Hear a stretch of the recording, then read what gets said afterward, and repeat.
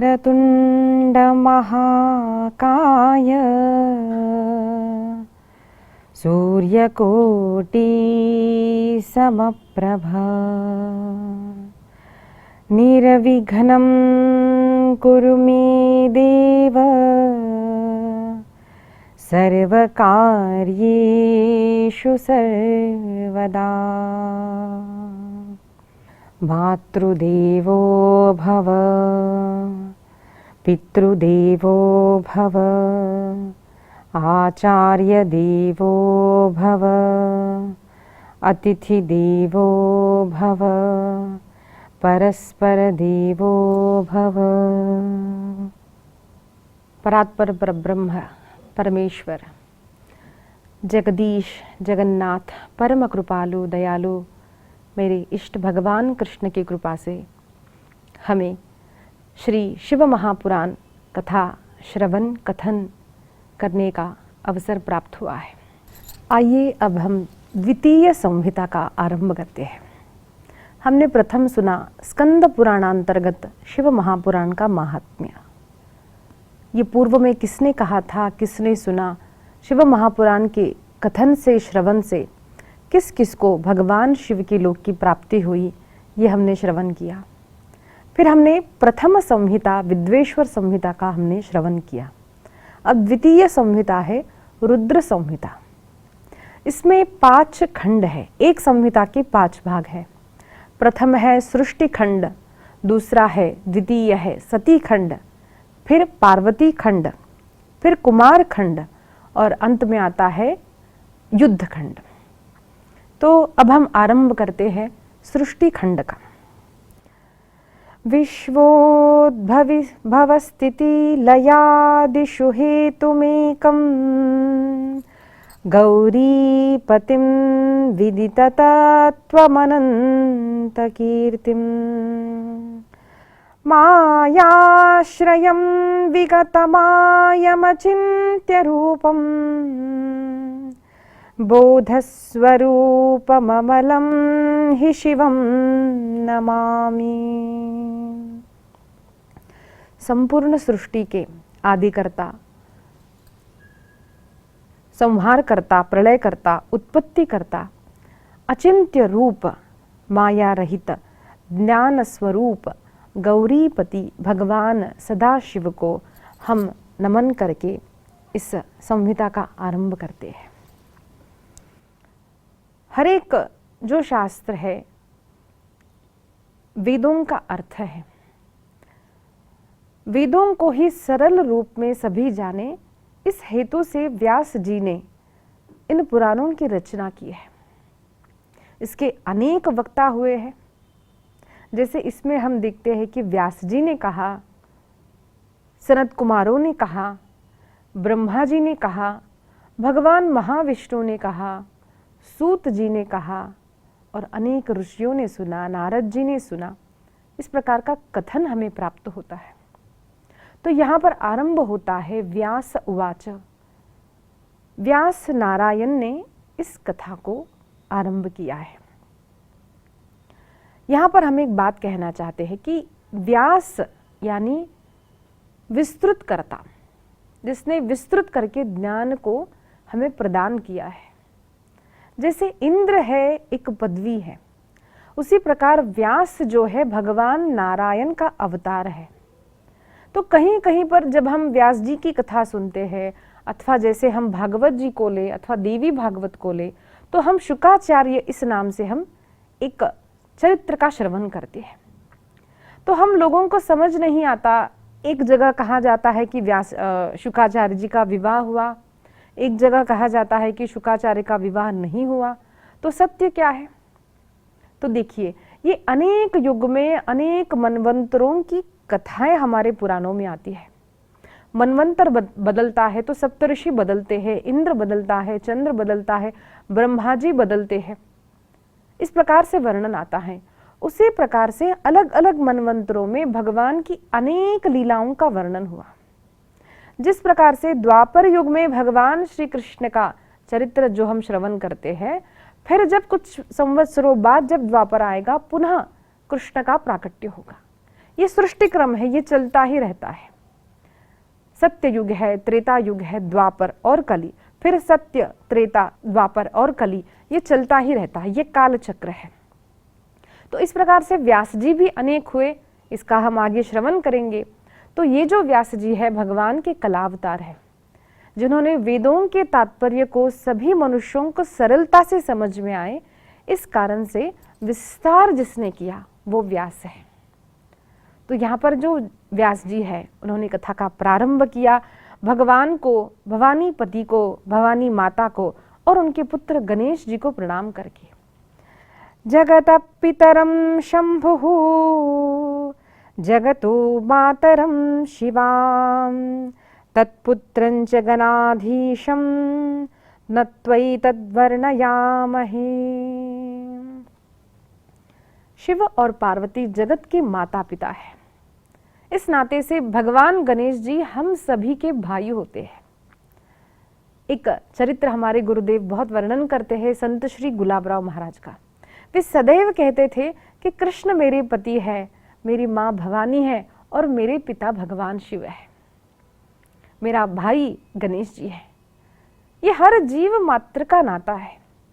संपूर्ण चराचर जगत की माता और पिता भगवान महादेव और माँ पार्वती है।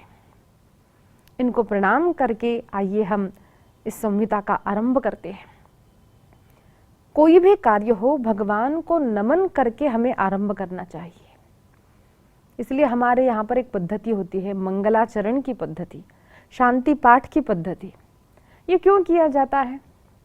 कई बार कथाओं में लोग बोलते हैं, दीदी अब कथा आरंभ होती है तो पहले आधा घंटा यही चलता है, आरती होती है, फिर स्तोत्र गाए जाते हैं या फिर भगवान का नाम संकीर्तन है, श्लोकों का उच्चारण होता है, तो ये क्या हम कम नहीं कर सकते या फिर हटा नहीं सकते?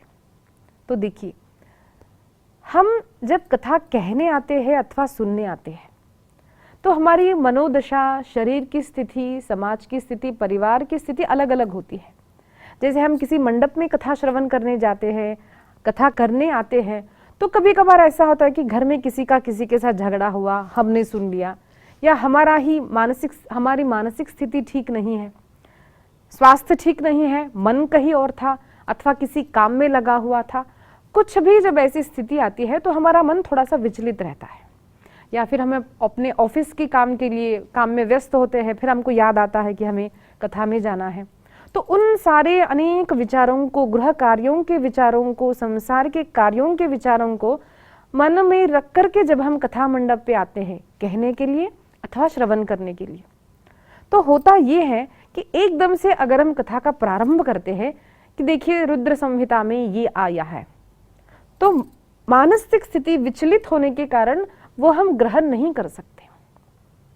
जिस प्रकार से हम देखते हैं जब हम योगाभ्यास भी करते हैं तो प्रथम वार्म अप एक्सरसाइजेस के नाम से किया जाता है। शरीर को पहले थोड़ा सा तैयार किया जाता है, छोटे छोटे हम व्यायाम करते हैं, हाथ के, पैरों के, घुटनों के, फिर हम जो मुख्य योगाभ्यास है उसको हम आरंभ करते हैं।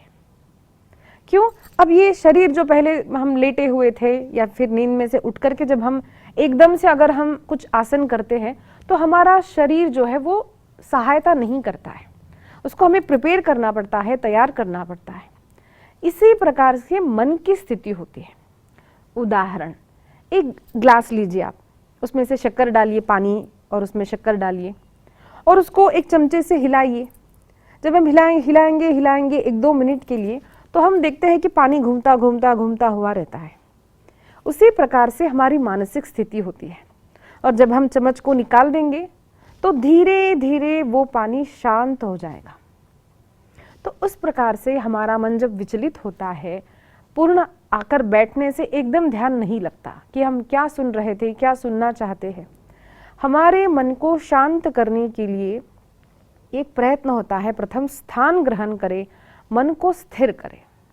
दूसरी बात है कि कोई भी शुभ कार्य जब हम संसार में करते हैं, हमारे घर के लिए हो, हमारे ऑफिस के लिए हो, केवल भगवान की साधना ही नहीं, जब कोई अच्छा काम व्यक्ति करने जाता है तो वो देखता है कि कई सारे लोग बिना कारण उसमें विघ्न डालते हैं, अथवा विघ्न किसी भी प्रकार से कभी भी आ सकते हैं। तो इसीलिए हम कथा करने से पूर्व, कथा श्रवण सुनने से पूर्व भगवान का स्मरण करते हैं। इसे मंगलाचरण कहते हैं। परम मंगल भगवान ही है। इसीलिए भगवान का जब हम स्मरण करते हैं, सद्गुरु का स्मरण करते हैं, उस शक्ति से आशीर्वाद ग्रहण करके जब हम कथा का प्रारंभ करते हैं, सुनना अथवा कहना, तब हमें उस शक्ति की प्राप्ति होती है, आशीर्वाद प्राप्त होता है, उस विघ्नहर्ता का आशीर्वाद प्राप्त होता है।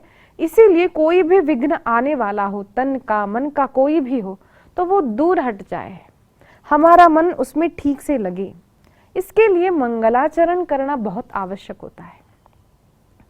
हम देखते हैं कि कई सारे राजा अथवा ऋषि जब तपश्चर्या करते हैं, आज ही कथा आने वाली है, तो कोई जब तपश्चर्या करने जाता है तो हम देखते हैं कई कथाओं में कि इंद्र भगवान आए, देवता है, लेकिन आते हैं विघ्न करते हैं।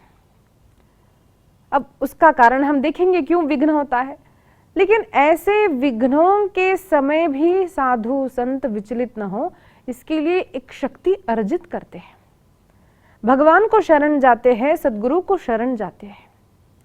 संत श्री डोंगरे जी महाराज सदैव कहते हैं कि विघ्न सदैव असुर ही करते हैं, ऐसा नहीं है। विघ्न कभी कभार देवता भी करते हैं। कभी कभार इंद्र को लगता है कि अरे ये व्यक्ति अधिक तपश्चर्या करेगा, अधिक साधना करेगा, यज्ञ अनुष्ठान करेगा, तो कदाचित मेरी जो गादी है, मेरी जो कुर्सी है, वो इसे प्राप्त हो जाएगी। अब जो साधु संत हैं वो कभी कुछ पदवी प्राप्ति के लिए साधना नहीं करते, लेकिन ये देवताओं का भाव हो जाता है कभी कभार इंद्र का, तो विघ्न करते हुए हम कई बार देखते हैं। इसीलिए हमारे यहाँ पर कुछ भी शुभ कार्य करने से पूर्व शांति पाठ भी किया जाता है कि सभी ग्रह, सभी देवता शांत रहे, सभी प्रसन्न रहे। दूसरी कथा हम भागवत में भी सुनते हैं। देखिए, जब समुद्र मंथन होता है तो भगवान ने वहां पर, भगवान नारायण ने देवताओं से कहा, देखो अगर बड़ा काम करना है तो अपने शत्रुओं को पहले अपने पास ले लो, उनसे मित्रता करो, मित्रता बताओ। अगर हम उनसे अधिक दुश्मनी करेंगे, अधिक बुरा बर्ताव करेंगे, तो वो अधिक विघ्न डालने की संभावना होती है। तो जब सभी मित्र भावना से कोई काम करते हैं, अधिक लोग जब एकत्रित आते हैं, तो लोगों की शक्ति भी बढ़ती है। तो इसलिए हमने देखते हैं हम भागवत में कि समुद्र मंथन में देवता और असुर दोनों ही एकत्रित हुए। तो इसी प्रकार से जब हम कोई भी कार्य करते हैं, जैसे तुलसीदास जी महाराज ने रामायण में असुरों को, यक्षों को, संपूर्ण सृष्टि को, हर दिशा को प्रथम नमन करके फिर कथा का प्रारंभ किया है। इसीलिए जो कोई भी सृष्टि में हर जीव हो, सभी को हम प्रणाम करें, सभी शांत रहे, हमारी जो साधना है उसमें कोई विघ्न न आए, इसके लिए शांति पाठ करके हमें शुभ कार्य आरंभ करना चाहिए। इसीलिए इसे मंगलाचरण कहा जाता है। तो ये मंगलाचरण में भगवान का स्मरण करके व्यास जी महाराज कथा का आरंभ करते हैं। शिव पार्वती को और गणेश जी को प्रणाम किया है। फिर हम नैमिषारण्य की ओर चलते हैं, जहाँ पर अनेक ऋषि एकत्रित हुए हैं और भक्ति पूर्वक सूत जी को प्रश्न किया है। सूत सूत महाभाग चिरंजीव सुखी भव, यच्छावयसि नस्तात शांकरीं परमां कथाम्। सारे ऋषि कहते हैं, हे सूत जी महाराज, आप सदैव सुखी रहे। आप हमें इस शिव कथा का वर्णन कर रहे हैं। हे महाराज, हम अनेक कथाएं सुनकर भी हम तृप्त नहीं हो पा रहे। हमें अधिकाधिक भगवान शिव और शांकरी की कथा सुनाइए। सूत जी अत्यंत प्रसन्न होते हैं। आप अत्यंत भाग्यवान हो, क्योंकि आपका जो प्रश्न है उसके उत्तर में शिव जी की कथा है। शिव यानी मंगल, मंगल की कथा है। इसे जो कहता है, जो सुनता है, उन सभी का कल्याण होगा। इसलिए धन्य हो आप ऋषिगण। आइए अब मैं आपको अधिक सुनाता हूं। और सूत जी महाराज ने ब्रह्मा जी और नारद जी के मध्य में जो संवाद हुआ उसे सुनाया। नारद जी ने अपने पिता ब्रह्मा जी से पूछा कि हे प्रभु, शिव रूपी विष्णु के अनुग्रह से मुझे ये प्रेरणा हुई है, मैं अधिकाधिक शिव कथा का श्रवण करना चाहता हूँ। हरिणा शिव रूपिणा, हरि रूप ही जो शिव है उनकी प्रेरणा से मुझे यह बुद्धि प्राप्त हुई है। तब मुनियों ने कहा कि हम अत्यंत कुतूहल से देख रहे हैं और श्रवण करना चाहते हैं, हमें उस शिव का कथा हमें श्रवण कराइए। इनमें कुतूहलता है। श्रुत्वा तव वचो रम्यं चेतो न स कुतूहलम। मुनि कहते हैं हमें अत्यंत कुतूहल है, हम अधिकाधिक कथा श्रवण करना चाहते हैं। जरा हम अपने आप की ओर भी देखें, हमें क्या सुनने का कुतूहल होता है।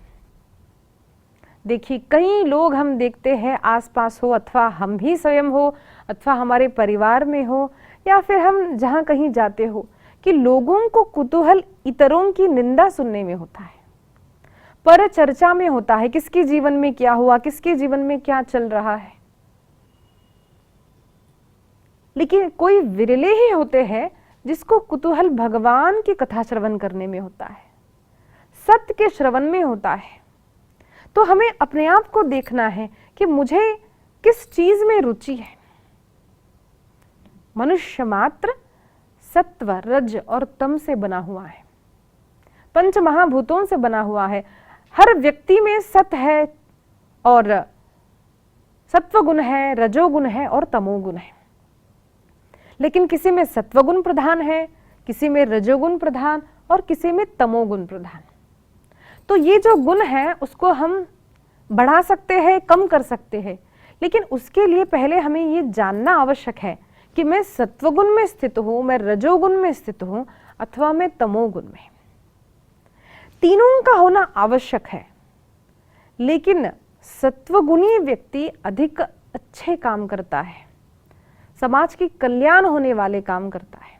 रजोगुण अगर अधिक हो, सत्वगुण हो कम हो, तो वो सदैव गड़बड़ में रहता है, ये काम किया, वो काम किया, वो काम किया, ये काम किया, लेकिन सत्व की ओर ज्यादा ध्यान नहीं है। और कई तो तमोगुणी होते हैं, बस खाया पिया मौज किया सो गए, ये तमोगुण प्रधान जीवन है। लेकिन सभी में तमोगुण होना आवश्यक है। तमोगुण नहीं है तो हमें निद्रा नहीं आती, तो निद्रा भी आवश्यक है। इसीलिए तीनों गुणों का होना आवश्यक है। लेकिन मनुष्य को साधना अगर करनी है तो अपने आप को देखना आवश्यक है कि मेरे मन में अच्छे भाव आते हैं, सत्व गुण के भाव आते हैं अथवा तमोगुण के भाव। यह हमें सदैव परीक्षण करना चाहिए, परिशीलन करना चाहिए।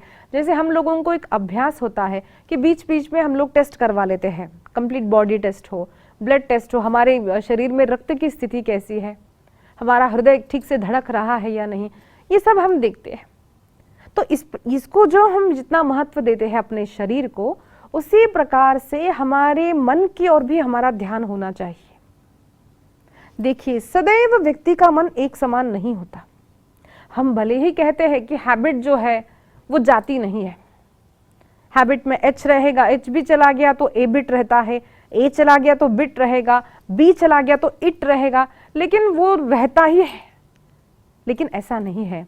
हमारे साधु संत कहते हैं बड़े पापी से पापी व्यक्ति का भी जीवन सुधर सकता है अगर वह सावधान रहे। हमें सावधान रहना है, अंतर्मुख होकर के अपने जीवन को ही देखना है, सेल्फ स्टडी करनी है कि मेरी मानसिक दशा क्या है, मेरी शारीरिक दशा क्या है, मैं किसका चिंतन करता हूं, क्या ठीक है क्या गलत है। देखिए, कोई भी पाप अगर हम करते हैं तो वो प्रथम हमारे मन में आता है, उसके पश्चात हमारे शरीर से अथवा वाणी से होता है। और वो मन कौन देख सकता है? वो केवल हम देख सकते हैं। अपने मन में क्या है वो केवल हम देख सकते हैं। इसीलिए हमारे मन का हम परिशीलन करते रहे। इसीलिए समर्थ रामदास जी ने, जो छत्रपति शिवाजी महाराज के गुरु है, साक्षात भगवान हनुमान जी के जो अवतार है, उन्होंने मनाचे श्लोक, मन के लिए श्लोक लिखे हैं। मना सज्जना भक्ति पंथे चिजावे तरी श्री हरि पाविजे तो स्वभावे जनी निंद्यते सर्वसूडु निद्यावे जनी वंद्यते सर्वभावे करावे जय जय रघुवीर समर्थ। वे कहते हैं मना सज्जना, मन को सज्जन कहा है। तो एक भक्त ने पूछा महाराज जी आपने ऐसा क्यों कहा? तो उन्होंने कहा अरे किसी व्यक्ति से कुछ काम करवाना हो तो पहले उसकी स्तुति करनी चाहिए। अगर हम बोलेंगे कि अरे तुम तो बुरी हो, तो वो तो थोड़ा भी अगर करना चाहता हो वो भी नहीं करेगा। इसलिए पहले उसकी स्तुति करो। हे मन, हे सत मन, अरे अच्छे मन, सुनो मेरी बात, तुम भगवान की भक्ति करो, जो बुरा है उसको छोड़ दो। इस प्रकार से मन को उपदेश समर्थ रामदास जी ने किया है, किसी व्यक्ति के लिए नहीं है। अरे हम जैसे लोग तो दूसरों को उपदेश अच्छा करते हैं, लेकिन जीव को, साधक को प्रथम उपदेश अपने मन को करना है, जिसे केवल हम देख सकते हैं, हम जान सकते हैं कि हमारा मन कितना शुद्ध है, किस मार्ग की ओर जा रहा है। तो उस मन को हम देखें और उस मन को हम कहे अरे ये गलत है, पर निंदा कर रहे हो, दूसरों के विषय में चिंतन कर रहे हो, निंदा कर रहे हो, अरे रोक लो अपने मन को। अच्छा कर रहे हो तो स्तुति करो, वाह बढ़िया है, गुरु की शरण में रहो, करते रहो। ये अपने मन को हम ही कह सकते हैं। तो मन को बीच बीच में देखना, नित्य प्रति उसका अवलोकन करना, यह अत्यंत आवश्यक है। तो ये कुतूहल इन ऋषियों को किसके विषय में हो रहा है कि भगवान की कथा सुननी है। तो हम भी अपने आप को देखें कि हमारे जीवन में जो एक्साइटमेंट है, कुतूहल है, वो किस विषय को जानने में है। सारे ऋषियों ने प्रश्न किया और सूत जी महाराज वर्णन करते हैं, अरे हमारे शास्त्र जो है वो बड़े रोचक है। सभी लोगों के लिए हमारी पुराणों की कथाएं अच्छी है। छोटे बच्चे भी सुनते हैं, युवा भी सुनते हैं, प्रौढ़ भी सुनते हैं और वृद्ध लोग भी अतिशय रोचकता से सुनते हैं। क्यों? इसमें कथा है। And who doesn't like story? सभी को स्टोरीज अच्छी लगती है। कथा के रूप में जब हम नीति कहते हैं, क्या करना चाहिए क्या नहीं करना चाहिए, तो ये नीति का जो वर्णन हमारे शास्त्रों में किया है वो कथा रूप में है, वो पुराणों में है।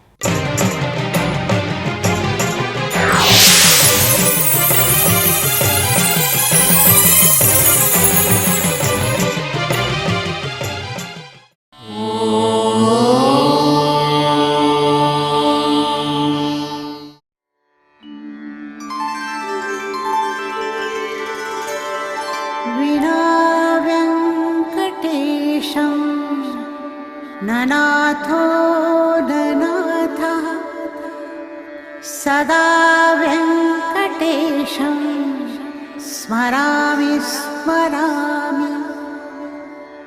हरे वेङ्कटेश प्रसीद प्रसीद।